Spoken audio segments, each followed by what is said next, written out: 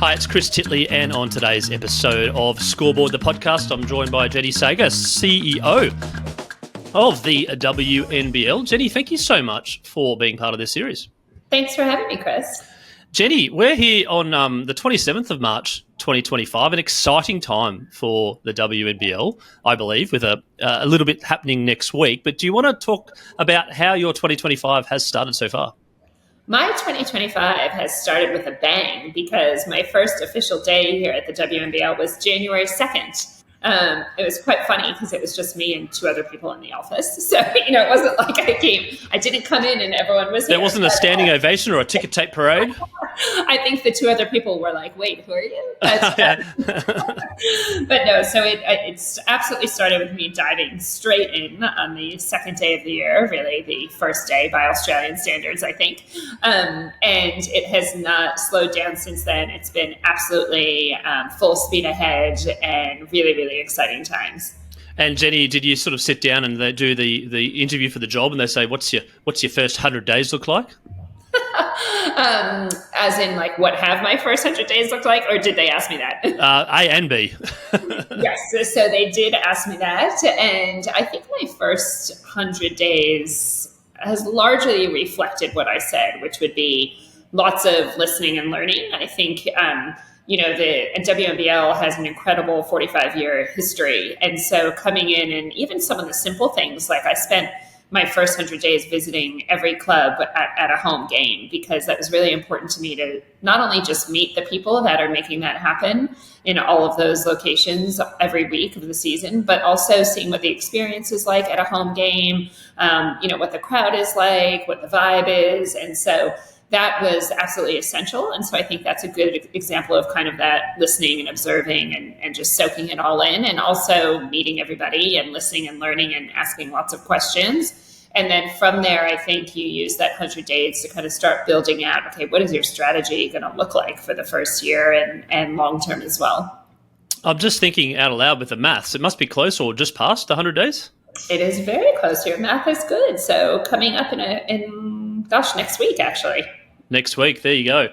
Now, basketball in Australia, the last couple of years, probably 5 or 6 years at a grassroots level, participation levels have exploded. My son plays it. There's a huge following in the NBA. There's a huge following in the NBL.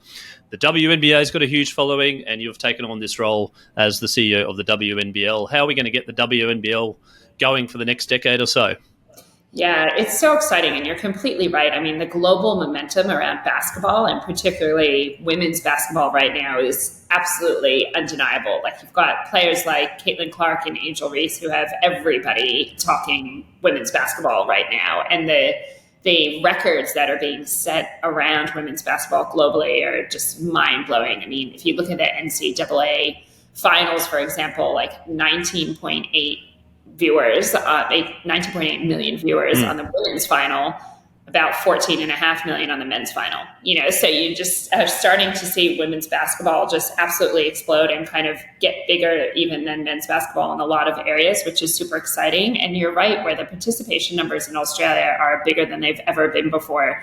And that is in every state and territory. There's not enough venues in every state and territory to actually support the amount of kids that want to play basketball. So every state and territory is turning away thousands of kids every year in Australia. And so that's important that we find a way to support that as well. But for the WNBL, what it means is that we have an opportunity to just build this league and take it to new levels along with the athletes and the clubs than it's ever been at before. Again, like leaning on that amazing 45-year history and all of the achievements that come along with that. And I think how you do that is absolutely, like, marketing is going to play a really big part in that.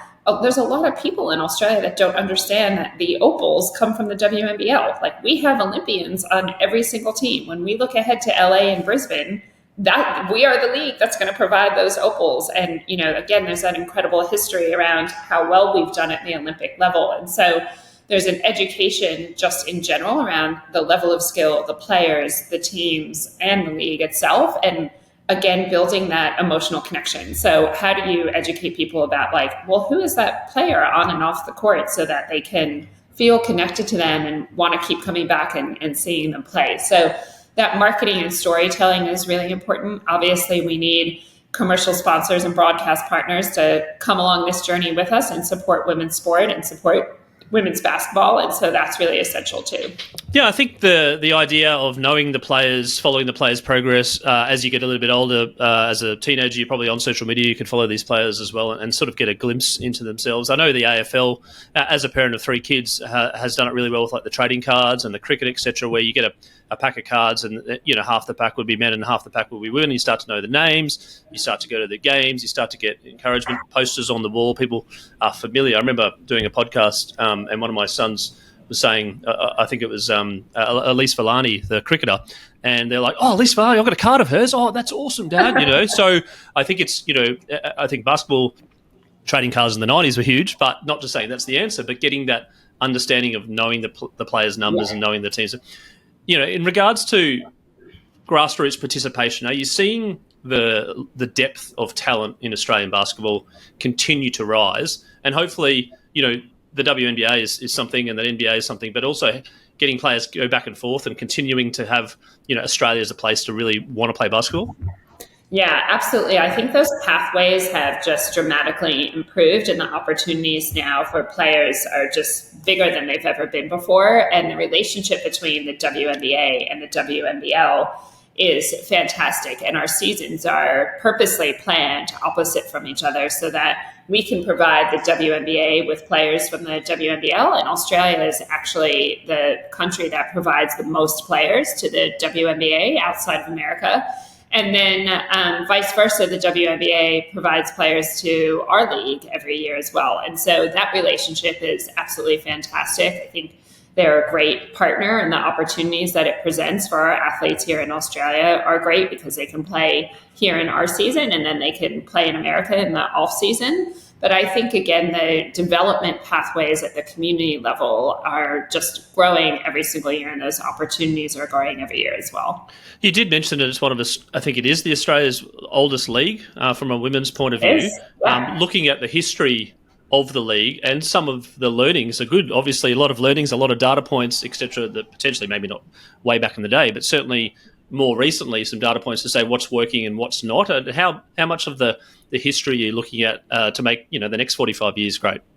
Yeah, I think it's really important. And a great example of that is one of the first people that we hired here at this new WNBL is Lauren Jackson, right? Like, she has that personal athlete perspective and also like a huge history. She is one of the players that played for the longest amount of time in the league. And so having someone like her on board as a staff member and a special advisor is really fantastic. And just, you know, even if it's in the simple form of running things by her and going, hey, like, is this actually going to make a difference? You know, and she absolutely came in the door with some ideas too of like, hey, here are some things that we could never really get off the ground because there wasn't enough investment in resourcing. And now we have an opportunity to fix it. So it is really important to look back at that history and go, okay, there's a lot of things that helped get it to where it is today, but then what else can we kind of double down on now that maybe the investment and the resourcing wasn't there before? And to give you an example of that, that's like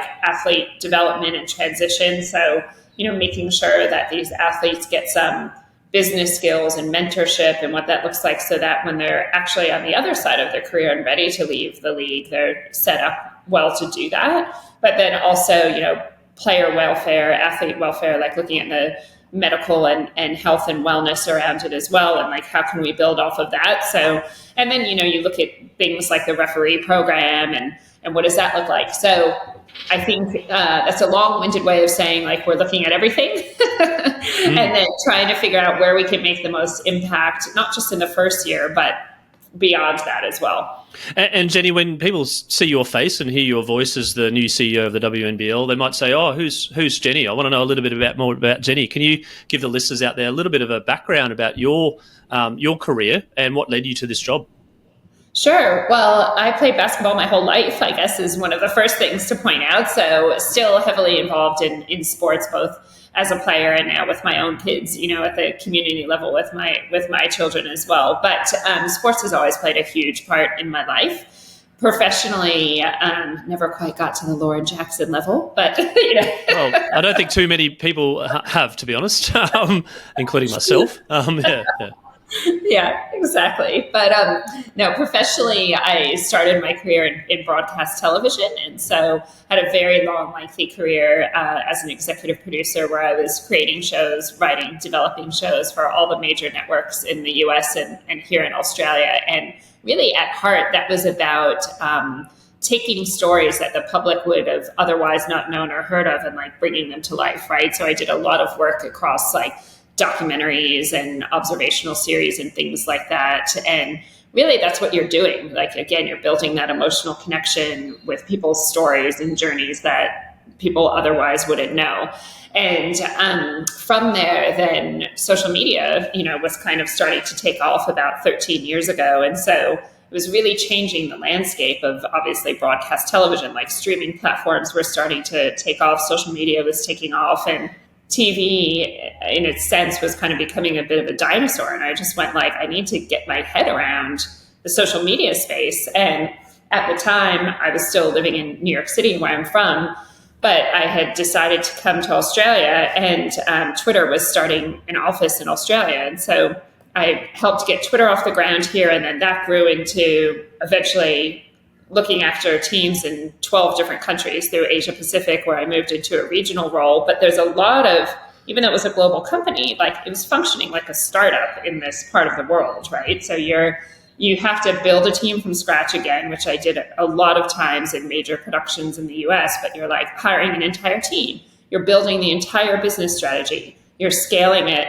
You're growing it. Like, you've got to be able to take a brand that has pretty low brand recognition and sentiment and grow that through an entire region, right? So it's like being in a startup again. And then similarly, I went from there to another tech company where it's the same thing, like starting the business in Australia, then scaling that, and then eventually taking over 12 different countries for that company, right? And so the WNBL fits in perfectly, where it's this combination of my sports experience and my passion for sport. But essentially what our job is over the next few years is to scale and grow the business being women's basketball in Australia, right? And so there's a direct correlation there. And I think one of the figures that I love the most is that 95% of female executives played sport at an elite level. And that is like, it's so awesome, right? Because what does it teach you? It teaches you like determination, grit, teamwork, like hard work, like all of those things, professionalism that you need to be successful in business. And that's, to go back to the question you asked before, it's like, well, why do we want to complete the circle with athlete transition? Because these athletes have skills that can directly translate into the business world. And also, I think from a point of view that being a professional athlete is finite, broadly speaking. Yeah. I mean, you can be... you can play into your 40s, look at LeBron and a few different things like that, and examples in cricket and whatnot. But after that, the sponsorship dries up and a few things, and you have to readjust your self-career. And part of the reason why I started Scoreboard, the podcast, was to get stories about how people are thinking about life after sport. Life during sport is obviously very, very busy, and you need to maximize your brand value during your athlete's career. But then in post that, to have something, to have an interest, to have a hobby, to do something. And I think, from a point of view as a league, you've got teams to manage as well. How are you thinking about the league as a whole, as opposed to sort of like boosting up or at least accelerating some teams to kind of be on an even keel with each other? Yeah, I mean, one can't succeed without the other. Like, the league is nothing without clubs and athletes, and the clubs and athletes need the league to succeed as well. And so it absolutely has to be a collaboration. We have to join arms and, function like we're one team. And so that is really important to the success of women's basketball in Australia. And again, why it was important for me to spend those first 60 days traveling around and meeting all the clubs and some of the players and seeing them on their home turf, and to really understand the success that they've had locally, the work that's gone into it, but also the challenges that they have locally. And then that helps us figure out how we can help them, because again, we need each other to kind of take this to the new levels that we want to go to. Yep, and in Australia, basketball was, a decade ago, probably on the nose. You saw the league getting into a little bit of trouble. We saw teams withdrawing, even here in Brisbane. We didn't have the Bullets for a bit, and we still don't have a WNBL team, which I'll get onto shortly. But broadly speaking, Larry Kesselman came in and took the league to where it is now in terms of the popularity and the sellout games, etc. You've got a new owner as a WNBL group. Do you want to talk about the Robin Denholm and the family group that are taking over, and how important that is in terms of the balance sheet and the profit of the organisation moving forward? Yeah, absolutely. I mean, to have two successful and absolutely self-made and a ton of trust in what they're capable of doing owners into the WNBL, and both Robin and Larry, is absolutely an incredible opportunity. They both have a very proven track record of growing, starting, scaling businesses, and doing so again in a capacity where they, were self-made from the get-go. And so I think that in itself speaks to the impact that we have the opportunity to make with the WNBL. I have been, I think, so just, I don't know if surprised is the word, but just blown away by how giving Robin and Larry both are of their time. Like if you think about how many businesses and touch points they're both involved in, yet they are so deeply involved in the WNBL and the success of this league, and so passionate about it, that it is just fantastic. And I really enjoy working with both of them.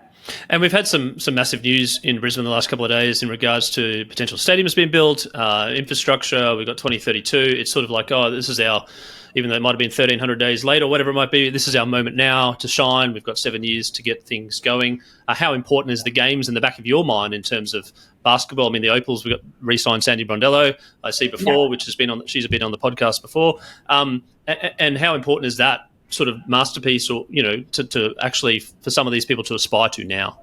Yeah, I mean, the WNBL is the breeding ground for the Opals, and that is proven by the history, right? And so it's absolutely essential that if we want to see the Opals succeed, the WNBL needs to be successful. Like, we need to keep being able to deliver that elite level of skill in the league. And so, looking ahead to LA, looking ahead to Brisbane, it's absolutely important because we know those players are going to come from our league. Yep. And then in regards to the operational capacity of WNBL versus the NBL, are you going to potentially see some sponsors wanting to be part of both? Is it sort of is it a separate thing, or how are you going to see that in terms of the commercial revenue, I suppose, from a team level and also from a league level? Yeah, I mean, I think, again, we're in an amazing space because we can take some of the learnings and the wins from the NBL and learn off of those and take the ones that we essentially want to take while also building our own thing, right? And so it's important for us to think about, we are our own league. We're not the NBL plus one. We are our own league, and therefore, what are our values? What are our goals? And who are the right commercial sponsors and partners to come in and be a part of that? So there's not a simple solution that's just okay, well, let's take everything that's done in the NBL and expand it to the WNBL. That's not our strategy, and it's also not what I think would be best for the league. And so, we are definitely looking at ourselves as an independent league while also being able to absolutely learn and build off of some of the wins and relationships from the NBL. Yep, and in terms of the grassroots programs with young girls playing basketball, you mentioned there might be a slight problem in terms of court shortages and ref shortages. I mean, how does the WNBL get involved in that, I suppose, and being present and saying, hey, come to the games. It's a great day out. It's a wonderful time to come and support your great players. But also, if you're really good, here's a pathway. Yeah, absolutely. And that's what I was going to say. I think it's really important for those young athletes to understand what the opportunities and the pathways can be for them. And so the more that they get exposed to the WNBL, I think the better. I would love to work more and really dive into the community level. I think we have a lot of opportunity there. I don't think it's been fully capitalized on yet. And I think we can absolutely do a better job at connecting the dots between the community level and the league level for all the reasons you just said, making sure those young athletes understand and see the opportunities that lie ahead of them. But then also that's important when you think about the future of basketball in Australia and you think about the future of, the WNBL and the Opals and what that looks like. And Jenny, the importance of technology. We're growing in a world of AI at the fastest pace ever, and we've got all sorts of sports tech companies, we've got software companies, etc. How important is to get stakeholders and people to say, hey, we can improve this, we can improve fan engagement. There's tools we can test, and you're at a league from scratch, right? So maybe you can test and learn pretty quickly. Absolutely. I mean, it's important that people aren't afraid of change, right? Like if we want to continue to grow the league, we have to continue to develop. And so there can't be an emotional reaction that's just like, oh, this is going to be different. Like their change can be scary a little bit, but at the same time, you have to embrace it if you want to continue to grow and develop. And AI, for me personally, I'm super passionate about that space. My mind is continuously blown every single day. It's so hard to keep up with because new things develop overnight. But I think the sports space specifically is doing some incredibly amazing things. I was in a meeting towards the end of last week, and then they followed up with just some examples of all this customized technology that they had done with sports leagues in the US, like Major League Baseball and some NBA teams and other things. And like, I literally felt like my brain was exploding from that one email because the opportunities are endless. And of course, most of us, I would say, have been using AI in our daily lives for a while, and I'm continuously incorporating that in my daily life more and in my professional life as well. And when it comes to just time efficiency, right, and things you can do with it. But I think, again, in the sports space specifically, the opportunities are absolutely incredible. And it's not to implement change just to implement change. It's to implement change to help us grow and develop and make us function more efficiently. If you could have a world where like you're using AI to look faster at like fouls or things like that, or like replays. And imagine how much faster the game would go and what that would look like. Yeah, no, it's moving so fast that sometimes I interview some guests and I actually don't know whether it's them or whether it's a clone of themselves, right? So you might have to prove yourself, right? That's what we might have to do in the future. I think there's a little bit of a tech around that. But just on that point that you mentioned around changes to the game, we've seen cricket evolve from a test match 5-day game to a 2020, a 3-hour smash out that sells out with music and dancing and whatnot. We've seen the NRL has got things like the NRLW as well, got the State of Origin, which is a product of once a year, which is different to the mainstream, which again is very popular. Basketball, are we going to see some evolution of the game, some sort of like maybe a byproduct and or a rule change that might actually, change a little bit of fandom, I suppose, in terms of entertainment levels? Yeah, I think so. Making sure we're delivering an awesome game day experience for fans is super important, right? And so we'll continue to build on that and just try to improve it all the time. I think as far as like other events or things or ideas, like absolutely, will we get there in year one? Like probably not. We have a lot of other work to do just to kind of get the league going in this first year, but we're absolutely thinking about things for the future. And in terms of thinking about things for the future, one thing that comes to mind would be where the teams are. And you've already got an existing teams. And here in Brisbane, I think it's 1998 that there hasn't been a team, which was the year that I left high school. And I remember Sandy playing for Brisbane as well. The thoughts around the league, national vision, geography, you probably can't say too much now, but I'm sort of interested to hear the thinking process.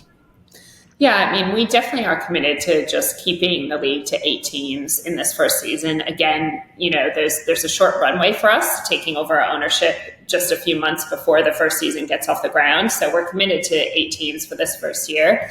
Absolutely looking at expansion for the following year and then the years to come. I think you always have to be careful with balancing the timing of that expansion along with being able to maintain and stack those teams with that same level of elite skill. And, we saw this happen in the WNBA a few times. If you go back to like the 90s and the early 2000s, where they scaled so quickly that then they had to scale back, right? Because that's exactly what happened. The quality of the game declined. And then they slowly started to scale again in recent years. And so you do have to balance that. But we have so much interest from around the country. It's been super exciting to see like even just emails come through with people that really want to start a team wherever. And so we have a lot of interest, which is really great. And we have to look at each one of those expressions of interest carefully and make sure that not only are they interested, but like, can they actually run a business? Because we want to make sure we're not starting teams that then disappear a year later. Like, we want to build financially sustainable and well-run teams for the future so that they're still here 5 years later.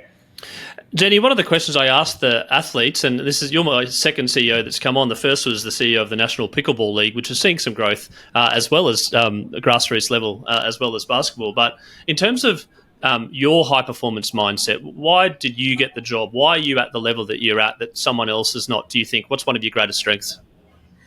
I think passion. I think that I definitely approach things with a level of passion and determination. Like, I think it comes from, again, being an athlete where I'm competitive and I want to win, right? So like, I don't want this league to fail. Like, we've got to make this thing win. And so I will throw every ounce of me into this role to make sure that the WNBL succeeds, because that's just the way my personality is.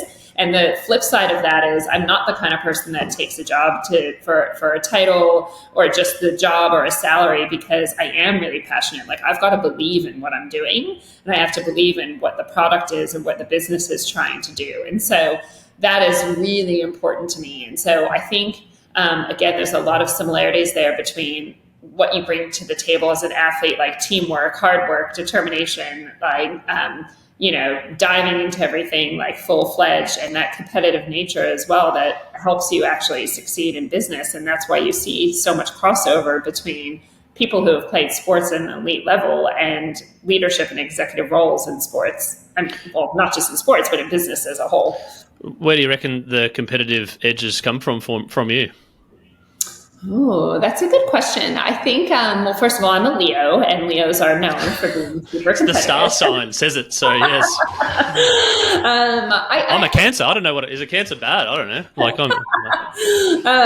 think, I don't know, maybe growing up in a household where like I had a single mom, I had a sister, we were very much like pretty much raised ourselves. Like, we didn't have a lot of money. Like, you were hustling from day one. It was like, you were just like that independence and that determination and hard work and all of those things, like all of those values were instilled in you at a really early age. And then I think when you combine that with sports and the training you get when you start playing sports at a really early age, then those kind of mix in together. And I think that competitive nature with that like grit and determination and like natural born hustle kind of comes through, Were you someone that was a very hard taskmaster on yourself, that if something went wrong, you sort of beat yourself up a bit? Or were you like one of those people that went, nah, let's keep going?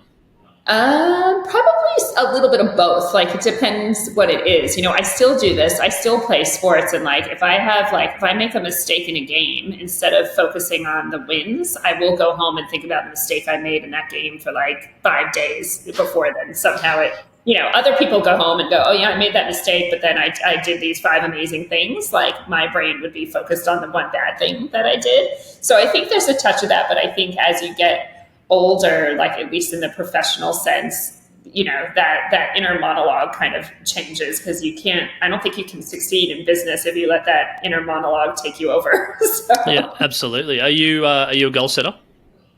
Yeah, definitely. 100%. And how is it? Short, medium, long, or all of the above? Or all of the above. I'm also an extreme list taker, where every day, like every morning, I make a list of like, here are the absolute things I need to get through today. Here are some that would be great to get through.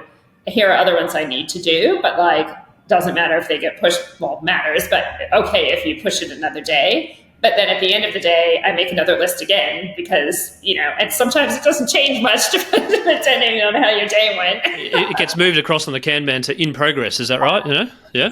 Yeah, but I'm like goal setter, extreme list taker, live and die by like Google Calendar and like calendar invites. Like, if it's not my calendar, it doesn't exist. The same with me. So you're very structured, right? Yeah, exactly. What about resilient? You call yourself a resilient person? Yeah, absolutely. I think, again, that's a combination of chapters in your book, right? Even going back to childhood, like things that happen that you learn from and just grow from. I am a firm believer that, and I know it's cliche to say it, but like everything happens for a reason. I really do think that. Like you can't look back on something and go, oh, well, 10 years ago, if only X, Y, and Z, no, that you can't do that. You can't change history. So instead, I think you have to think about, well, why did that happen? Like, what did I learn from it? What can I learn from it? And like grow from there. So I think that resilience definitely comes. I'm also one of those kinds of people that like wants to learn from everything, so if I make a mistake or or there's a big challenge, I'm like, okay, well, what am I going to learn from that, and how can I like personally grow from that? And when you watch sport, is there a particular team, back to your grassroots, that you love watching? Is there a sport you love watching, and are you a raging fan, or are you just a quiet sort of soak it in fan?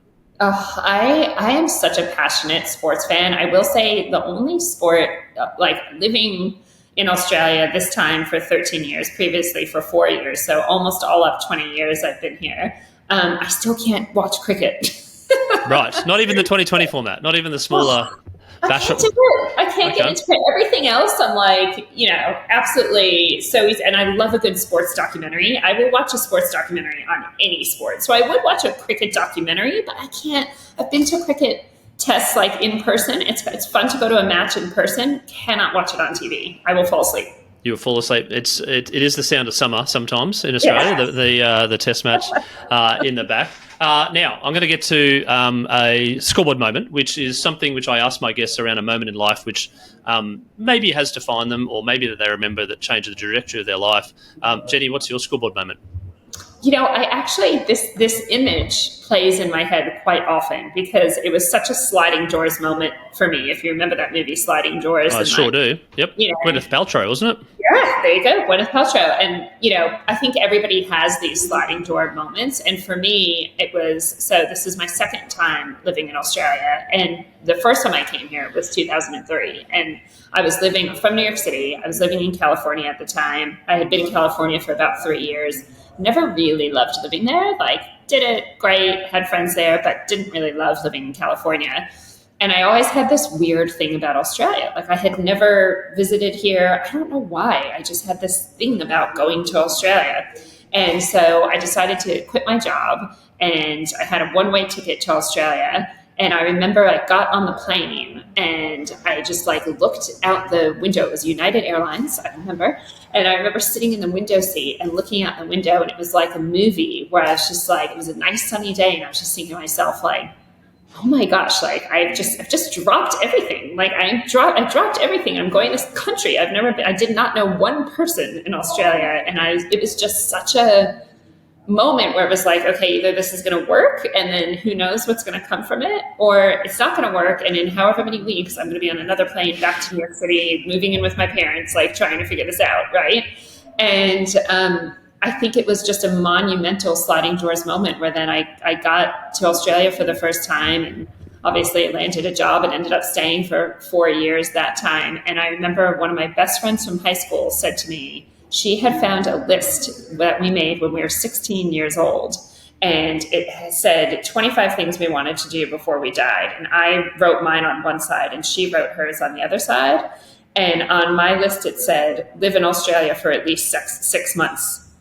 Wow. And I didn't even remember that. And she sent it to me when I had moved here and said, oh my God, you're not going to believe this. So I think it was just, there it is. That's my scoreboard moment. That is one of the best moments. And tying back to your youth as well. When you arrived in Australia, what was some Australian isms that you just like going, huh? What? I don't get.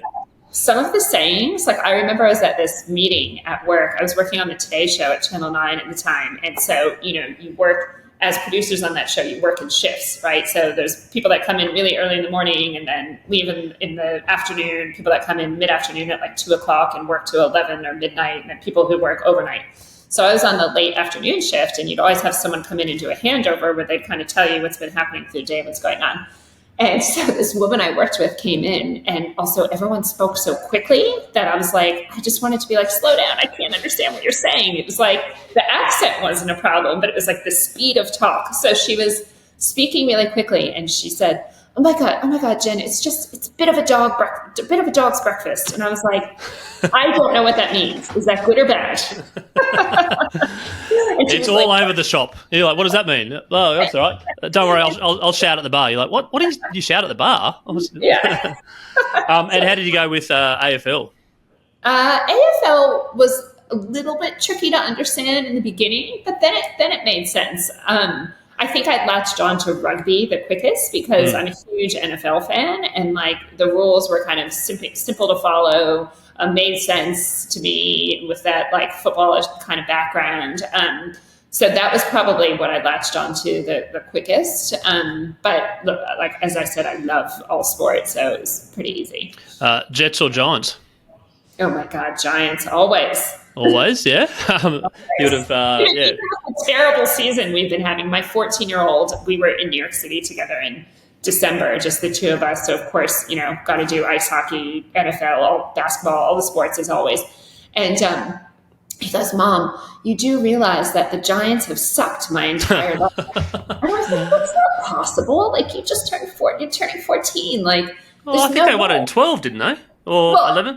Yeah. No, he was right. The last time that they did really well was 13 years ago. So it basically is his whole life. Yeah, that's right. Yeah, I remember they won because I had a friend in New York and they were going crazy at the time. But got some friends that are Jets fans. Jennie, I'm going to have one more question for you. Now, if we're going to repeat this podcast in say 3 years' time, right? Where do you want the league to be, and where do you want you to be, and where do you want women's basketball to be in Australia? I hope that the league is at a place where we are seeing kids, parents of all genders, all walks of life out there wearing jerseys and merch from the women's team. I would absolutely love to see that. I think any women's sport, it's not often right now that you see people walking around in women's jerseys, and I would love to see more support in that way. And I think that's a great sign if we can get there in 3 years of the levels that we've been able to take the league and the clubs and the players. What were the next two? No, I was just saying, so the question was, 3 years' time. And then one piece of advice for the general public to buy into the WNBL. How do we start? How do we get involved? How do we, you want the general public to be part of it. Where do we start?